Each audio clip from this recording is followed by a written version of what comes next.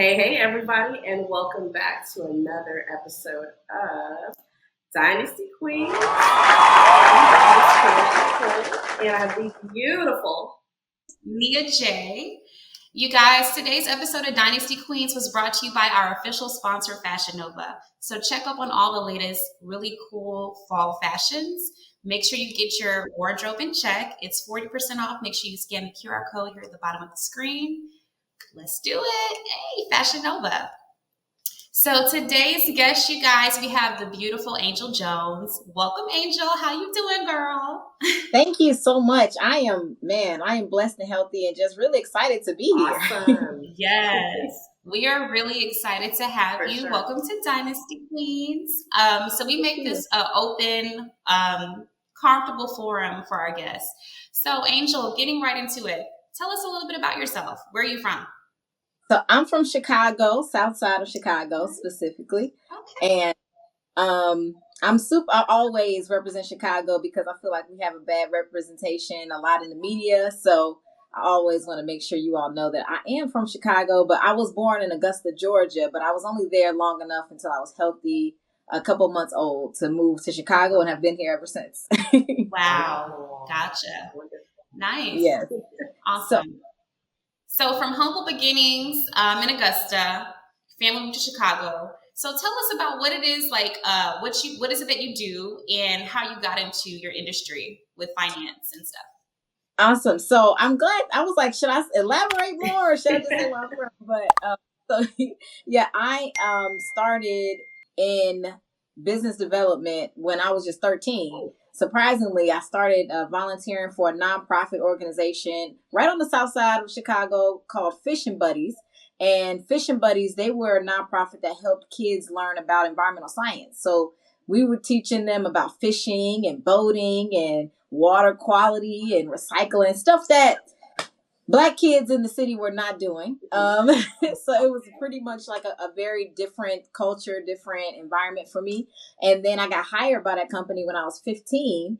And I stayed with that same company until I was 22. So I literally just grew in business development, working for that company, being mentored by the leadership there. And I'm just so grateful for that experience.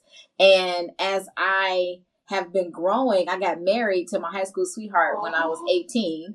So, yeah, I know, right? I thought it was like a living a fairy tale, right? But then, our marriage tragically ended and, he committed suicide when I was 19. So a couple months before my 20th birthday.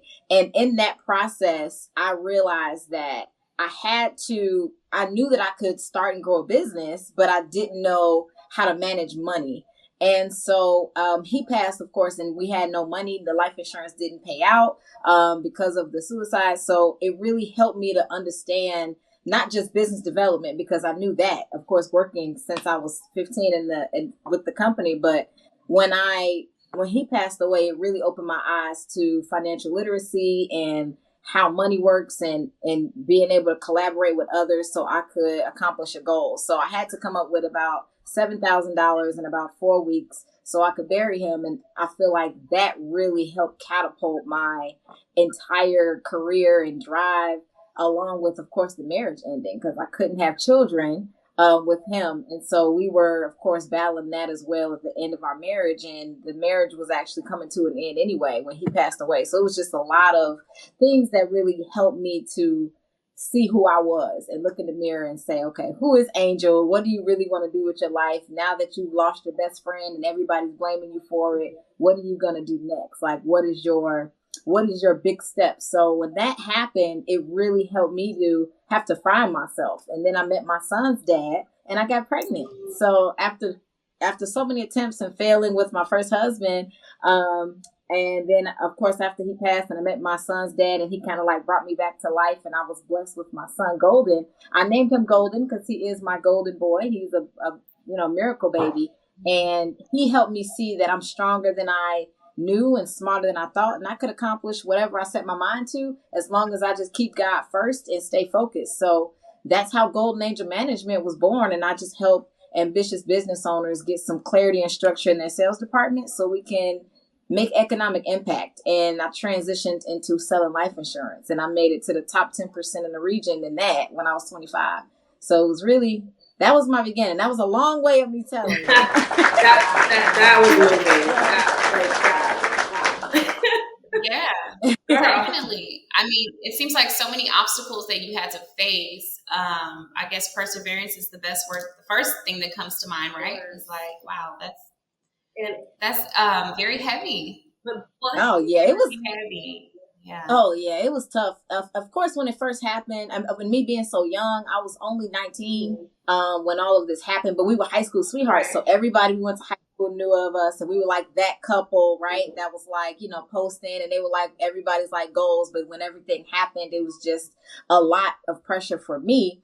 But I feel like in life we have to be able to lean on our support system and have what I like to call our core 5 people. So like what really helps me to stay resilient and teach my clients resilience as they're on an entrepreneurial journey is to have these 5 people in your life to keep you on the path of growth. And the first person is your goal you. This person is like 10 to 20 years older than you, and they really are the picture of success for what you believe success is in all 4 areas. So like, you know, your purpose and your spirituality, your career and money, your love and relationships, your relationships and love. So like all areas, they are like that picture perfect for you. And then the second person is your mentor, like your coach, someone who can help take you to your next level. So they've accomplished essentially what you would like to accomplish in life.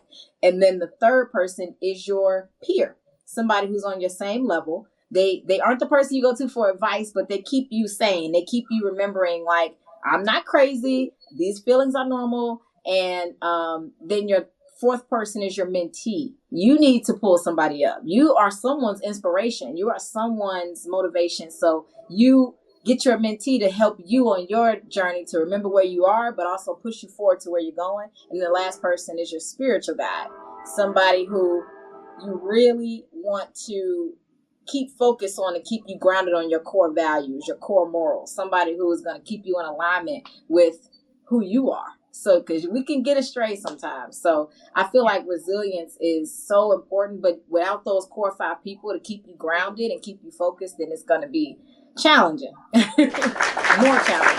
To say the least, right? I agree. Wow. I did want to just also just real quick, just praise you real quick and just thank God for you. You are definitely an angel, and I feel like our community definitely needs, you know, financial advice and stuff. There's so many people in debt, and a lot of young people, especially young Black people, don't know the first steps to saving, investing, and just growing, have that financial growth. So bless you, angel. Oh, yes, thank you. Yes.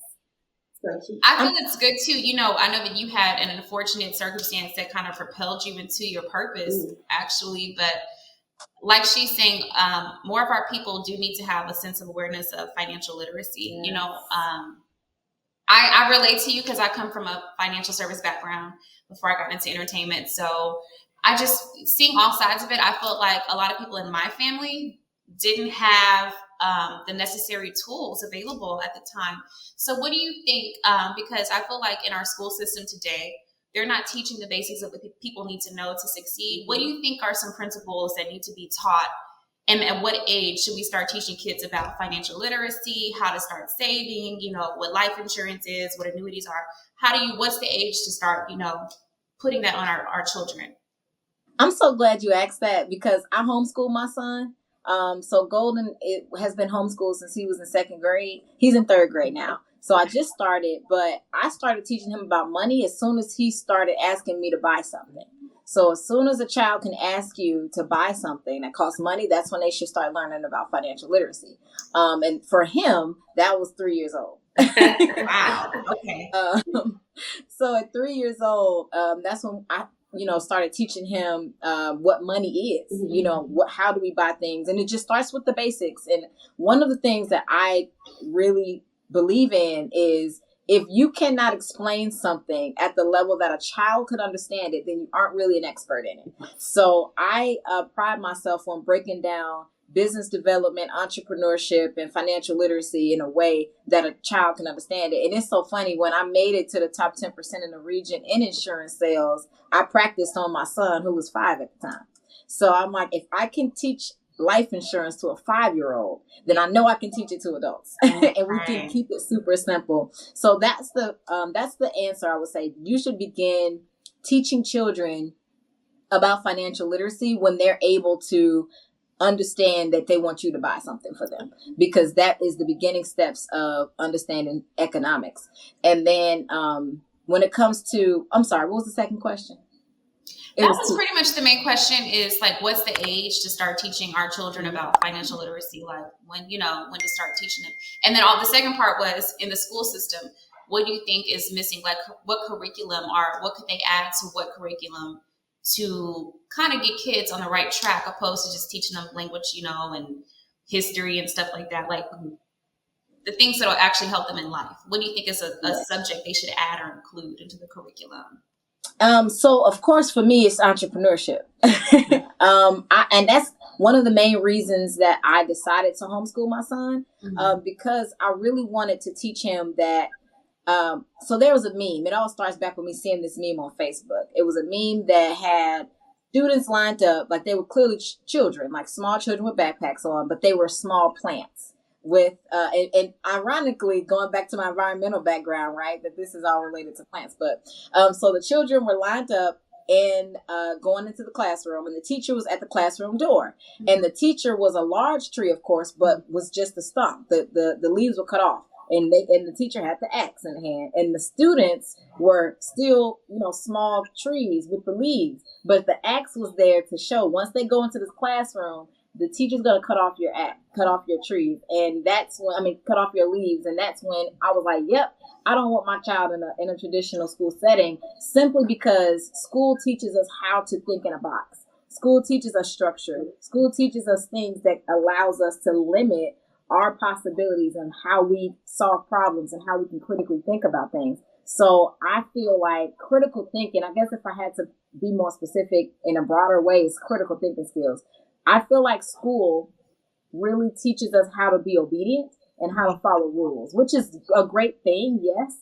However, I wanted to show my son entrepreneurship in homeschooling because I didn't want him to be limited to, you have to learn what the teacher tells you. Our curriculum is expansive here. Like, we may do financial literacy today. We may not go, we may go outside and have class tomorrow. So it's like, we keep things diverse here. And then second, we create the curriculum. So of course my son learns reading, writing, math, history, art, things, but I also want him to understand financial literacy. He understands credit. My son is 8 and he could probably tell you more about credit than a 28-year-old, right? So it's like, I really want to make sure that we emphasize the importance of knowing what exactly is in our school system curriculum in your district, and making sure we're intentional about knowing what that information is, and then going over it with your child to see, what are you really learning, and if that's what I want you to know. Because I don't know what not just teachers, so let me add that too, not just what the teachers teach you, but the other students in the classroom, they teach your kids too.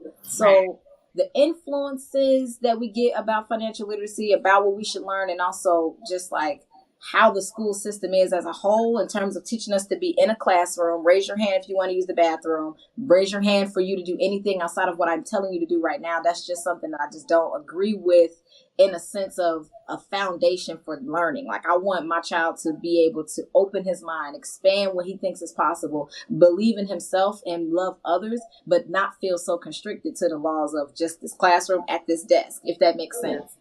For sure. It really does. For sure. Miss Angel, I know you probably have a book or in the works of a children's book, because if you don't have a book, you need to write a children's book on financial literacy. Seriously. You definitely do. Yeah, for sure. Because I don't think there's anything on the market like that. So. Well, there are a couple things, because I use them to teach Golden, and I thank you so much for that compliment. I just I started learning about it. I didn't know there was until I started researching, and there are a lot of Black-owned companies that teach your kids financial literacy. One that I really love is Cents to Cents. and it's like SENSE, the number 2 CENTS, and they teach your child, about money in terms of banking, what's a for-profit, what's a non-for-profit bank, and they have flashcards, board games. It's really great. That I would recommend. This is not sponsored. They're not paying me to say this. It's just I use it. I'm all about integrity, as you all know. Golden Angel Management being the basis for everything that we do, that I do, at least, with, of course, me and my son Golden and I coming together to make a legacy. I started the Golden Angel Parenting Group on Facebook to help other parents who were on their journey. Because I became a mom when I was 22. 18 days after my 22nd birthday, I was a mom, and I didn't know what to do. Right, like I didn't know this was something that was possible. So when I was in that journey, I really was like, I know there's other moms who are kind of like me who don't know what to do, but I read a lot of books. I make sure that I invest in, like I said, my core 5. So one of those 5 people are an amazing mom. Like I was like, I need someone who's great at being a mom. So thank God for my sis. Shout out to Sister Renee Browley, with Browley Real Estate. And she really helped me to know, like, okay, this is because she homeschools her kids. And so I'm like, if I had a blueprint for what I want success to look like as a parent, what would that look like? It was Renee. So she taught me, like, okay, the homeschooling laws in my state, what to do, what books to go to. So I would say research what's in your neighborhood. Find someone in your neighborhood or community who can help guide you in the process, and it'll really help things a lot. You don't have to reinvent the wheel. That's some good words of advice. Yes. Angel is schooling us, you guys. She's really in a very blunt but useful and needed way, letting us know what it is. And I agree, like, with the school system, I do feel there is a lack. Do you think, okay, so let's say for the parent out there that, is stormed with work and they don't have the tools or necessities to homeschool their child. Like, what are some things they can do? Their kid has to go to the public school system or go through the public school system. What are some things they can do in their free time to kind of like quickly put their kid on game about, hey, this is credit. This is what saving means. This is what interest is. Or, what are some tools they can use? The ones who don't have that resource of homeschooling. So I would say, let's look at how much time you do have. So if you work at 9 to 5, yes, because that was me for many years. I worked 9 to 6. So you have about 3 hours after your day, right? And sit and don't do too much time because they're children, right? They have a short attention span. So no longer than 15 minutes should you be spending on anything, to be honest. And look up, again, like organizations like the Sense to Sense, use flashcards. And I guess the biggest thing, the first step, is to educate yourself. Because I can't lie, I didn't know about it. I didn't grow up learning about financial literacy. I fell forward. It wasn't until I didn't have a lot of money to where I was like, okay, how does money work for real? You know what I'm saying? Yeah. Like, what is this really happening? How do we make money grow? People say invest. I didn't even know what a 401k was. I'm like, everybody's saying that, but I don't know what that is for real. So I had to educate myself. So I went to the library and I bought the Investing for Dummies book. I bought the Money for Suckers book. So these are some things you guys can look up if you're watching. Investing for Dummies, and then Don't Be a Sucker is another one that's really teaching. And then, of course, attorney Ernest Fenton just released a book called The Level Up Guide to Asset Protection. Matter of fact. Okay, I'm sorry. I had to make sure I got it for y'all. The visual, yes. You can't prepare y'all with the I love it. Yes. So this is attorney Ernest Fenton's Level Up Guide to Asset Protection to help parents and family members so you all can learn, because we're all doing this to leave a legacy. But if you don't have your trust in place, your assets properly done by an attorney, you won't leave a legacy. The legacy is going to go to the government. So I would say educate yourself first. And you can do things like, go to the library, go to the financial literacy section. The librarian will help you, because trust me, I didn't know. So I just asked the person at the library. I'm like, okay, I don't know about money. Where do you have books about it? And they directed me. So don't be afraid to ask questions. So that's the second thing. So educate yourself. Don't be afraid to ask questions. And then see how much time you truly have to dedicate to whatever. And I would say create, for me, and this, I'm not I'm not a teacher or anything. This is my experience, y'all. Okay. Right. will work for me, and I hope to work for you too. I just ask myself, what do I really want Golden to know? I'm like, what if I something happened to me in the next 10 years, what would I want Golden to know? And I'm like, okay, well, I want him to know how to save money. I want him to, well, not to save, because that's a whole other thing. Y'all, we can have a whole other interview about what I think of money, but what would I feel what I want him to know in terms of investing? What would I want him to know in terms of him knowing how to start a business? What would I want him to know in terms of managing his money, having that discipline in terms of financial discipline? So I just asked myself, what do I want him to know? And so that's kind of what guided me to what books to get, what questions to ask myself so I can answer them so that I can teach it to him. So I guess it's asking yourself the right questions of what do you want your child to know? And then put those into some bullet points and then find a book for each bullet point. So for me, it was investment, business ownership, and of course, protecting his money. So that's when I got a book for each one, and then it kind of grew from there. Awesome. I like that. I feel like there's really no excuse, even for folks that do work, those 9 to 5s, to just take a little bit of time and really think about the things that if you're gone or, what does your child need to know in order to be successful? Absolutely. I have another, kind of like a question for you. So I know that you also deal with life insurance. For people of color, sometimes it's really hard to ask our adult aging parents, hey, what do you have? Like, what you got? Where's the will? Where's the life insurance? Without them thinking that you're trying to kill them off. And that's not what it is. You just want to make sure that when the time comes, you know what to do. So what are some tips that you would give to some families that are maybe like, have adult children in their 30s and aging parents? What's the conversation like? What should we be saying to our adult parents? I'm so glad you asked this because I was raised by my grandparents. So I was adopted when I was 8 by my grandparents. Oh, wow. And okay. So my parents were born in the 40s and 50s. And we had just had this conversation. So what I would say, and I do want to say I'm not a life insurance agent anymore. Okay. I was, but I am a referral agent and now I'm a business development strategist. So I just help people start and grow businesses, but I still, of course, work in sales. So I help you grow your sales if you have a business, but it's all about the approach. So think about where you are when you are asking this question and how you ask it. So of course, it's all about like, when we are like having a good time at a party, everybody's drunk. This isn't the time to bring that up. You know what I'm saying? Right. And then like if we're out like at a restaurant or something like that, this may not be the time to bring it up because they, that's something that's kind of private, especially with the older. A lot of times, the older generation, that's private information, right? So we want to think about where we are when we ask, and then our approach. So the approach should be coming from a place of love. Okay, so never just say, "So what's your assets, Mama?" Like, let's not go that far. Let's not be that blunt. So you can always address it from love. And this is how I define addressing it with love. So you say, well, Mom, I love you. And I know that you love me. And I want to make sure that you're taken care of, just like you made sure I was taken care of my whole life. And I'm learning a lot right now about protecting what's important to us and making sure that we leave a legacy. And I know that's important to you too, right? They're most likely going to say yes. Right. So when they say yes, you say, I'm so glad you said that leaving a legacy was important to you. So repeat back what they said.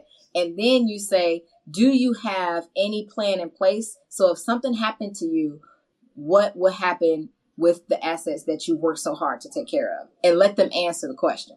So we don't want to come off like super aggressive, super assertive. We want to make sure we're in a great environment. The approach is coming from love and that they can tell you first, because they may already have a plan that you just don't know about. You don't want to assume that they don't have anything. So you just want to ask and let them tell you. And then whatever they say, then you just work from there and make sure you already have your, family attorney or your insurance agent or whoever that person is to handle your affairs already ready. Yeah. So that way you don't have to have more time scrambling, because then that's going to give them more time to change their mind about addressing this issue. Right. So that's my suggestion.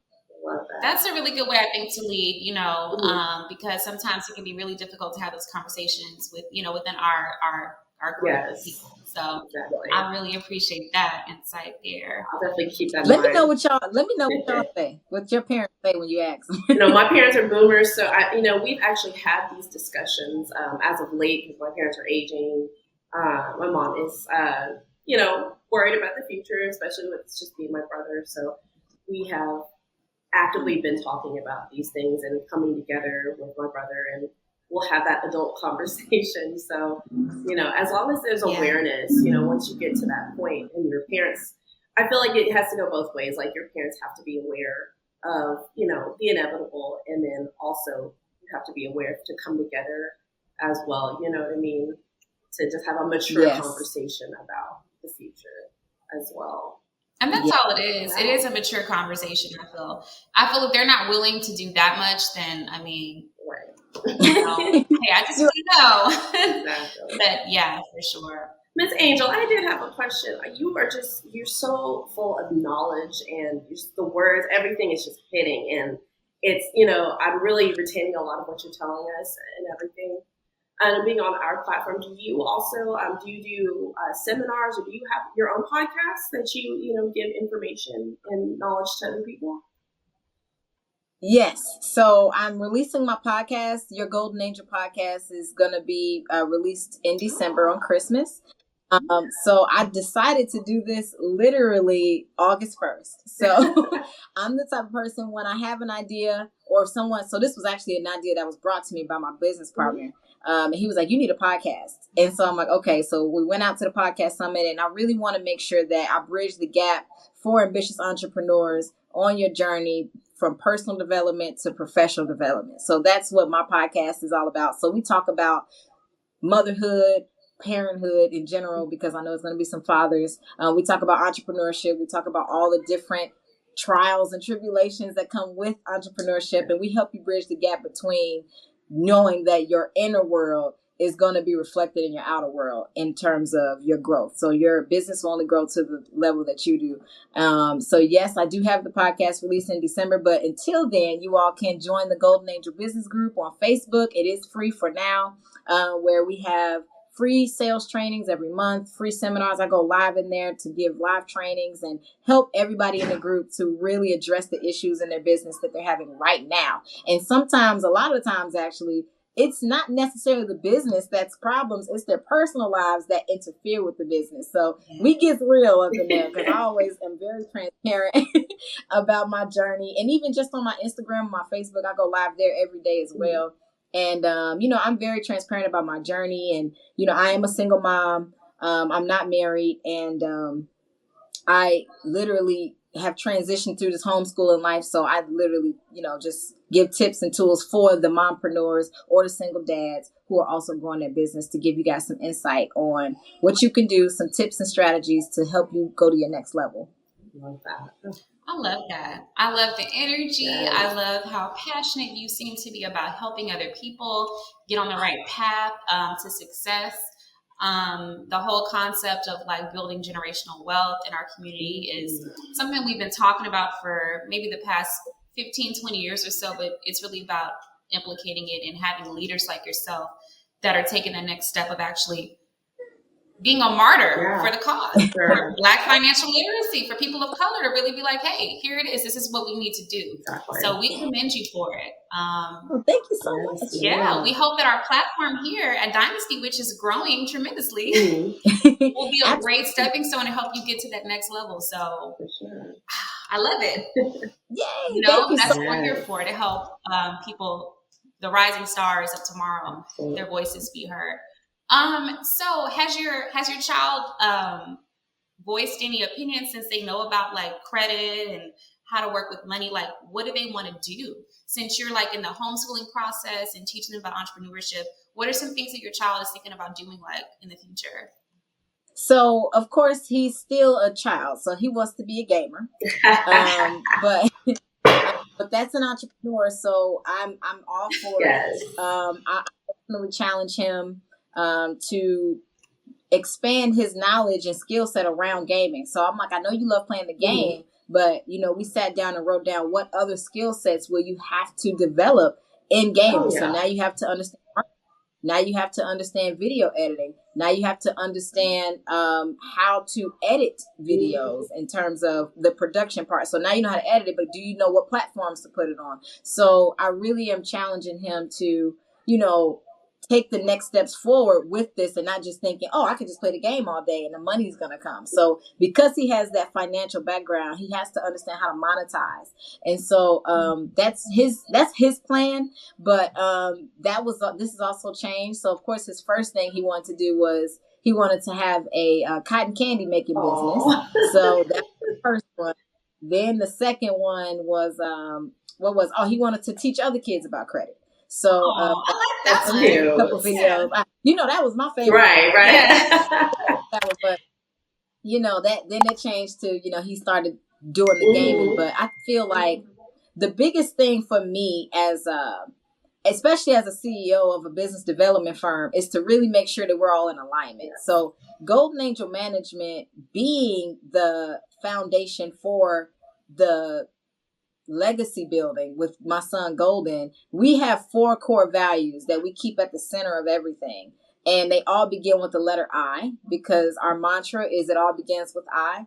And we're big on accountability. So you are the problem and the solution to everything in your life, right? So it all begins with I really reminds us to hold ourselves accountable, but also the 4 core values beginning with the letter I, first being integrity. So as a sales trainer, as a business development, working with people in different communities, integrity is at the root of everything I do. I believe that sales is service and service is sales. And then for the second core value is impact. So I told you guys, I started in working in the nonprofit space. So community service is in my heart. It's going to stay in my heart. So I have to make sure that everything we do, we're being a positive impact in our communities to make a difference better than what it was before we got here. And then the third core value is influence, because I want to work with people who know their leadership affects the community as a whole. So I want to make sure that you are aware of your influence and making sure you're intentional about using that influence in a positive way. And then the last core value for us is income, because everything we do is to help lower the poverty rate. Yes. So we help ambitious business owners make more money so they can hire more people to help lower the poverty rate, because that's everything of embodying the 4 core values. And you can't measure what you don't track. And in our country, we measure poverty based on income. So we have to make income our core value here. Wonderful. Absolutely. I love that. Golden embodying that is great. Now, I did do a little research, my dear, and saw that you're a member of Forbes Black. Tell us a little bit about that. Yeah. That is amazing. So I'm very excited to be a part of the Forbes Black community, because they are a group that really brings Black entrepreneurs and business owners together so we can be impactful. And it's right in line with my core values. Mm-hmm. So that I applied to be in the group, and I was actually nervous, to be honest, because I never did it before. Remember I told you guys about those 5 people. Yeah. So one of my peers, Rita Love, shout out to Success Junkie. She told me, she was like, sis, you'd be great for this. Like, you should go ahead and check out Forbes Black and see if you can get approved and get into it. I'm like, okay. So I did the application process and everything, and they approved me. So I am grateful for it. And it's a community for Black entrepreneurs to connect and collaborate for impact. And we can make better decisions to leave a better legacy. As y'all know, that's right up my alley. So I would encourage you both, any Black entrepreneur who has the same core values, definitely apply to be in the Forbes Black community.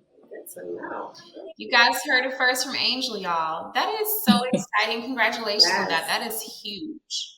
Thank you. That is major right there. So with transitioning and getting, these business owners on track, what are some hiccups that you feel a lot of them are encountering along the way? Let's say they started their business maybe a couple months ago, and then X, Y, and Z is happening. What's something that's reoccurring that you see that's a struggle for a lot of new, maybe business owners of color that are trying to get their, foot off the ground? Honestly, it's a lack of self-awareness. So I always say, the first thing you have to be aware of and master as an ambitious business owner is self-awareness. You have to be aware of your strengths, your areas that you still need further growth and development in, how you learn best, how are you motivated best, what environment works best for you, and your traumas. A lot of those things you get addressed when you start entrepreneurship, because you have to bet on yourself and truly believe that you can. You can succeed. You can win. You will and do deserve to be wealthy, right? So a lot of us, as we're on these entrepreneurial journeys, we are met face to face with those traumas, right? And I mean, and I really have encountered that self-awareness to be a roadblock that I help my clients get through. So our first week working together, we're talking about your childhood trauma. We're talking about what did you learn about money. We're talking about who was someone that's successful in your environment.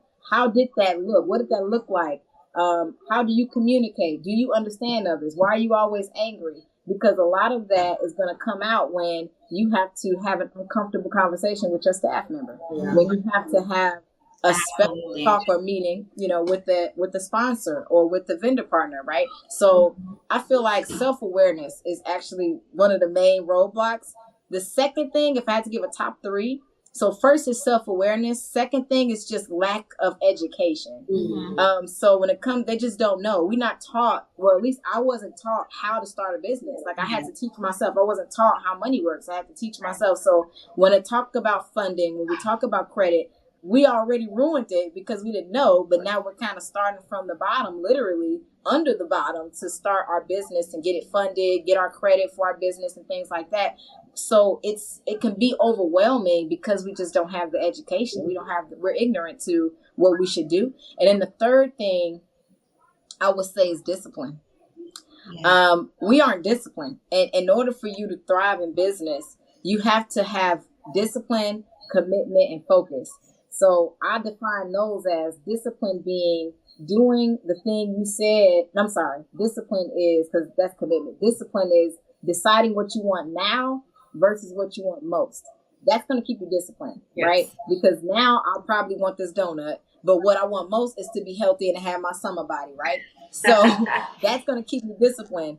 But committed, you have to be that. Now that one is deciding that I'm going to do what I said I'm going to do. Even after the mood I said it in is gone. I'm committed, right? So even though I was motivated, I'm like, yeah, we're going to go to the gym. Sis, we're going to meet at the gym. I was motivated, but then tomorrow at 5 a.m. when we actually got to do it, I'm still get up and get it done because I'm committed. Because I know even though I'm not in the mood to be motivated right now, I'm still going to do what I said. So staying committed and then focus is just a combination of the two.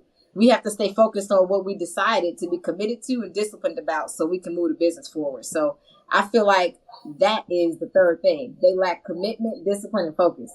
Fractured focus is like the poison to business growth. You have to be focused because we're so easy distracted. But if you don't have laser focus, it won't grow.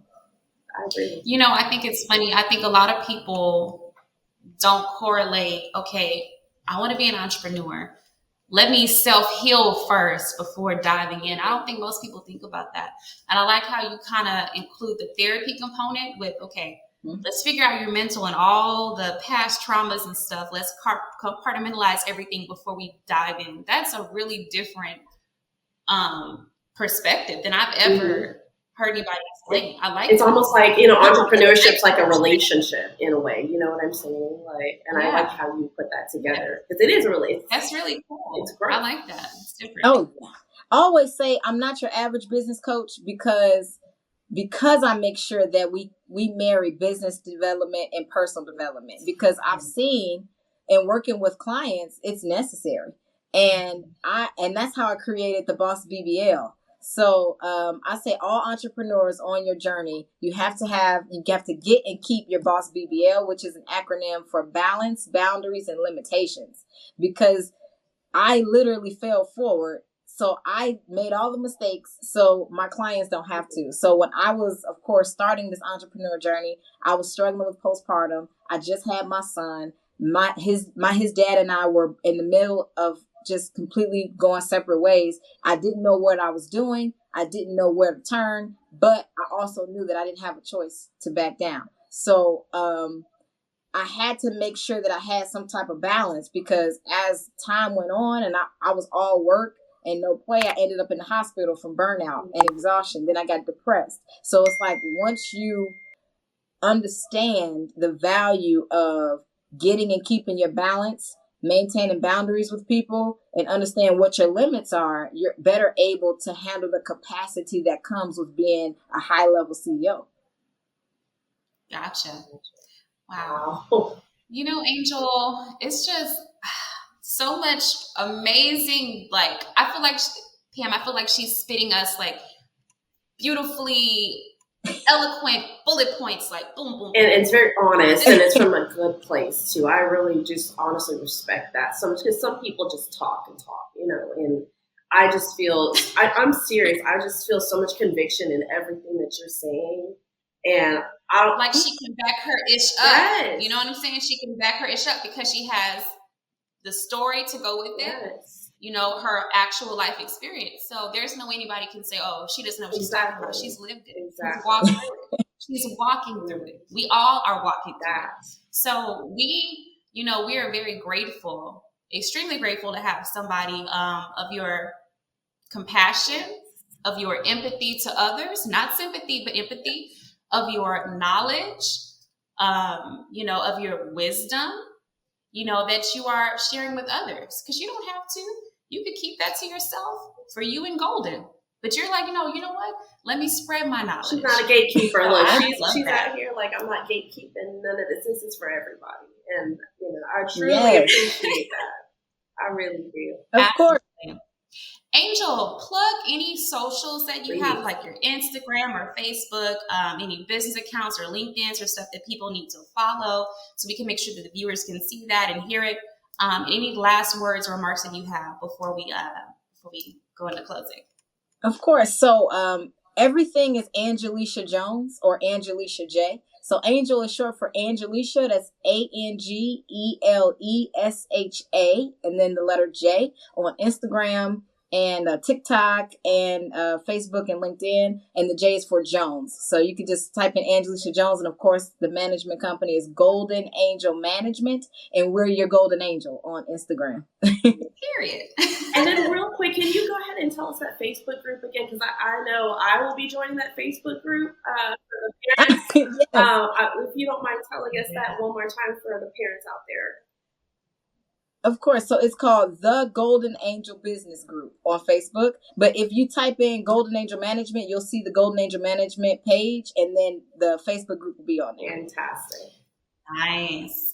Well, guys, we heard it first. We got the exclusive from Miss Angel. Once again, Angel, thank you so much for joining us on Dynasty Queens. We really, like I said, hope that this platform will propel your mission to the masses. So we love to hear it from the bottom of our hearts. Thank you so much for joining us today. Thank you. So you guys, there you have it. Share your comments. Make sure that you subscribe to the channel. Don't just watch, subscribe. And let's have a conversation. Mm-hmm. Let's have a forum. Let's talk about it. And any questions you have for Angel, we can probably have like a follow-up where she can respond in the comments as well. So thank you so much again, guys, for another wonderful episode of Dynasty Queens. In closing, I am your girl, Nia J. And I'm Pamela, Nicole. And until next time, Dynasty Queens. Thank you for having me.